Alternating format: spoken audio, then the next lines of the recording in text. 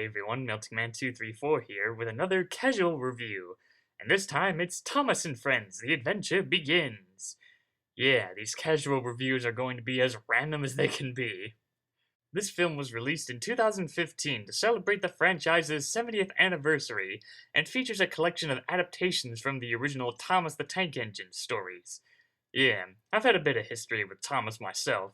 I enjoyed watching the TV show when I was young, and of course I later got the original books and had fun reading those.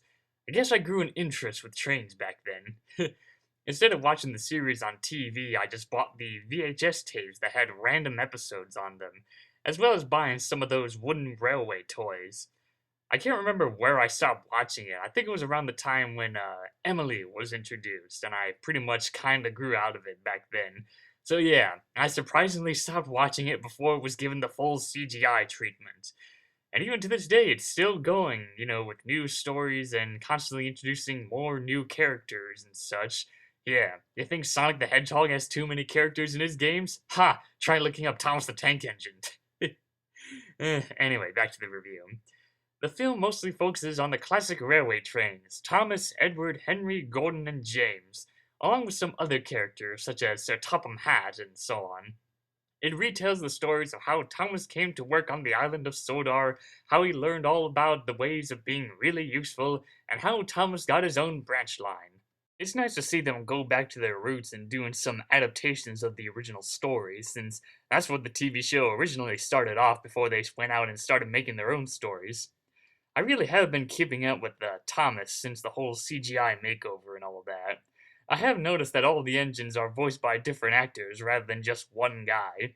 Sure, this was first done in Thomas and the Magic Railroad, but around the time the full CGI treatment was done, I think, every character is voiced by someone else, so I have no idea how many actors they've gone through.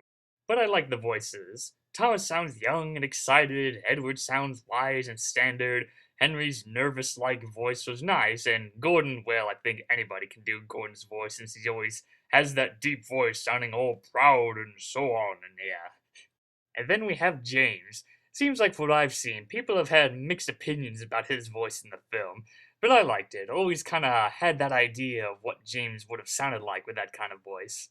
As for the adaptations, we get to see them retell the stories of classic tales like Edward and Gordon, Thomas and the Breakdown Train, and others. The film is a nice blend of the original books and some elements from the TV show, like how we get to see James with his black coat of paint since that's what he looked like in the original books when he was first introduced. And the locations still maintain their familiar looks like Gordon's Hill, Tidmouth Sheds, as well as some familiar tunes from the old series like Edward's theme, the Runaway theme, and the song. Really useful engine. One thing that I found weird at first was how in the special we get to see the breakdown train is alive and has two heads named Judy and Jerome. At first I was like, huh? But I soon got over it. Their personalities are very alert and ready for action even when there is no action. And besides, this is a universe where we're surrounded by talking trains. Why shouldn't they have the ability to speak? Yeah. The climax of the film is an epic chase scene where James is out of control and his brakes are broken and Thomas tries to slow him down. That was pretty good. I really don't have much to criticize for the film because one, I'm still kind of a Thomas fan, and two, it's obviously made for kids. But I guess one thing I can criticize on is the character Glenn, who was apparently the original train that ran the branch line that Thomas would take over. He's briefly mentioned in the middle of the film, and then we finally see him at the very end of the film, and that's it. I kind of would have liked to see more of him, but in the end, we just got a very underdeveloped character. So in the end, The Adventure Begins was a nice throwback. Made me feel like a kid again. I've also noticed that they've been slowly bringing in more characters from the original books in their new specials. So, in one special, we saw the small railway engines, and then one of the recent ones that I've seen, they featured the Flying Scotsman.